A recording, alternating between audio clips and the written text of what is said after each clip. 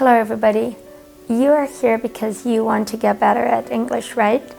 Well, then carry on. Be sure to do that, since today we are going to touch on two more areas, and the last ones when it comes to relationships, and those are transferring and inspiring, and finally inclusiveness.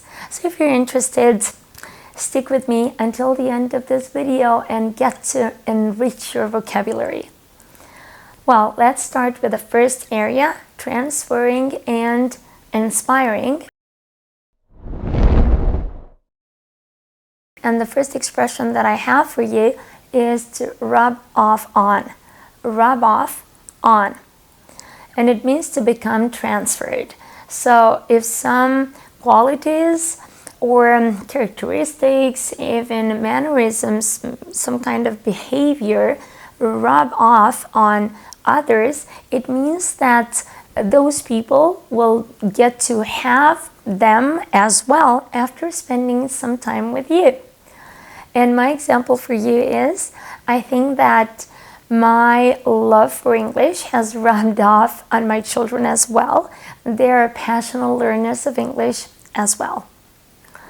Can you tell me your example with rub off on? What is it that you feel like it's rubbed off on your children, or maybe on your workmates, or on some family members? So anyway, people that you spend some time with. The next one is something runs in the family. Something runs in the family. Be sure to pronounce it with me every time that I say an expression, so that you give yourself time to practice. Valuable practice time. And also and always saying it out loud in a clear voice so that you hear yourself will help a lot with pronunciation, I assure you. So something runs in the family. It doesn't mean just running, like moving fast. No. If something runs in the family, other generations in your family will also have that trait or characteristic. For example, if my grandparents were really hardworking people, working hard, I can say, runs in the family. Being diligent, being hard workers runs in the family. That's a very, good trait. So, what is it that runs in your family? Also, it can be used with negative behaviors, such as being late. We can say that being late is something that runs in the family. Just like an explanation is what I've come across in people's explanations, explaining to others that they've been late, and they're like, I'm late. Being late runs in the family, kind of to explain themselves why it is happening so often. Next, we've got emulate. To emulate someone, be sure to say it clearly and with confidence. To emulate. To emulate. Someone is to copy somebody's behavior, or just try to be like them because you admire them. Who is it that you want to emulate when you grow up? It's kind of like the same question as with who or what do you want to become when you grow up. And it gives me so much joy finding out that children have football stars or singers, actors, actresses, vloggers nowadays that they want to emulate. So people that they want to copy because they admire them. And most often nowadays is they tell me that they want to, I can notice this in their behavior. They want to emulate vloggers and footballers. I think they're amongst the most desirable people, to emulate. But honestly, I cannot hide the fact that I'm truly impressed if they want to emulate a statesman or a teacher, or why not even a writer. Next on the list is the expression to spur somebody on, spur each other on. Also, it can be used, and it means to encourage somebody to do something, or to even to urge somebody to do something. For example, your nice comments spur me on to make more videos, more helpful videos like this, from which you can learn a lot of things. What is it that spurs you on, like to get on with your busy schedule? You know, sometimes we feel like trapped in our routine, in our daily routine, and we get tired of it. What is it? What's that incentive, you know, that makes us carry on? What spurs you on? Good. And the last expression here is to wind somebody up. Wind somebody up. It's the same pronunciation as in wind, so the rain, the wind, but so mind it, mind how you pronounce it, and it means to tease or annoy. The example is, being talked over really winds me up. What is it that winds you up? And with this said, we are done with this category, so let's move on to the next one, actually the last as well. It is inclusiveness. And I'm going to start with meld, to meld. Usually it's used with the preposition with, and it means to combine or cause to combine something, usually more elements, in a pleasant and useful way. Why not? For a synonym, you could use blend. And they're also similar in the way they sound, so to meld or to blend.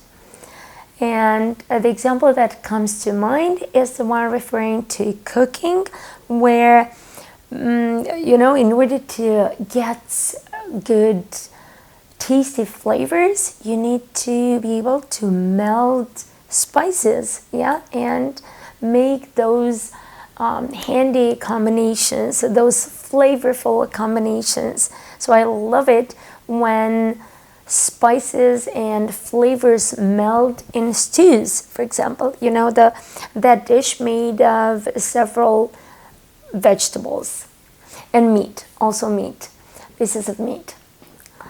Let's move on to the next one, latch on to. So this time I have a phrasal verb for you, to latch on, to latch on. We nicely connected to the short preposition. We latch on to,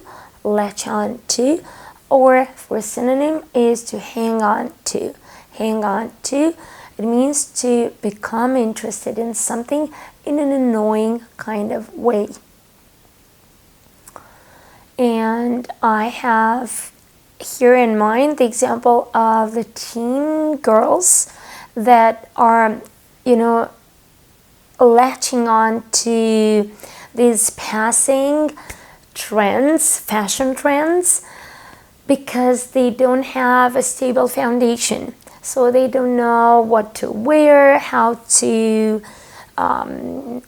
show up in the world, and that's why they don't know what suits them, and therefore they will latch on to passing fashion trends. Fit in is the next phrasal verb that I'm giving you, and I've also included it in our first part, in the first part of this video, because, and I want to repeat it now, just for you to include it in your active vocabulary. It's really important. It refers to that feeling of inclusiveness, of belonging to a community, to a group. And I'm thinking here of the New Year's Eve party. Why not, since it's coming close?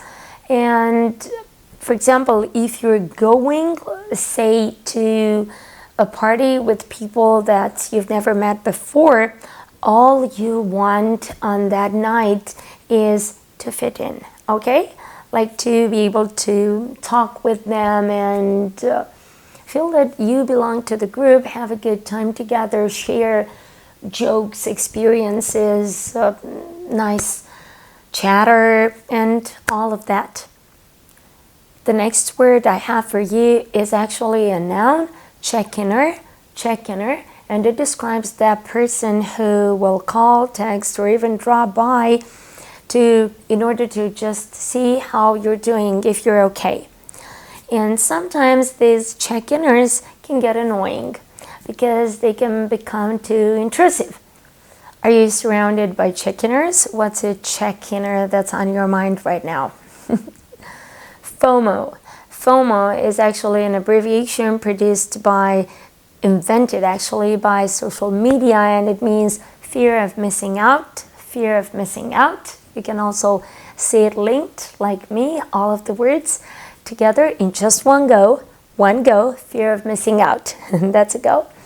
And it means that feeling of that you might miss exciting or important events that others are going to, just because you've seen it on social media, it's been advertised on social media. Is this something that you are experiencing quite often? Are you experiencing FOMO? Why? Tell me here in the comments. No strings. No strings. It's a really interesting expression, and I like it a lot because it means something that it implies the hidden connection between two things that might happen. I'll give you an example. So if something is offered to you with no strings, it means that it is offered to you without any special conditions. So let's take this case. A friend of your brother's has just helped you with something important with no strings. And which means that you won't have to forever be grateful to this friend of your brother's, and you also won't have to return him the favor. It is no strings, yeah? There are no special conditions. He hasn't asked for any money. He hasn't put any other conditions. So that's it. He has helped you, and everything's settled. It's all finished. Can you use no strings in an expression of your own, like in a real life situation? Please also leave it here down below so I can get back to you. And the last expression that I have for you today is bridging differences. Bridging differences, or the gap. Yes, bridging the gap is another way that we can use this expression. So it means to connect two things, usually different, things that are different on the opposite ends, or make the differences between them smaller or a lot less noticeable. And I'm thinking here of my Erasmus experiences and partnerships where so many nations, people, teachers and students alike come together in the same place, and there are so many differences between us, and in spite of that we get to communicate, we get to share beautiful memories together, which means that bridging differences can only happen through dialogue, through being nice and kind to one another. So through kindness, if you ask me. And another example that I want to share with you is, to my mind, the way the way to gender inequality, to bridging differences in gender inequality, is dialogue. Like with every other issue, through communication we get to settle and sort out differences, right? With all said, we are done. I hope all of these phrases, all of this vocabulary has come in handy for you, and you are going to practice all of it by yourself, as you know how important it is for your growth, for your learning, for your English growth. And I also hope that you're gonna give me a like for the work that I've put in this video. Thank you so much, and also thank you for having stuck with me and having made it by the end of this video. Thanks again. Don't forget to leave here all of your examples, and of course, I'll see you next time.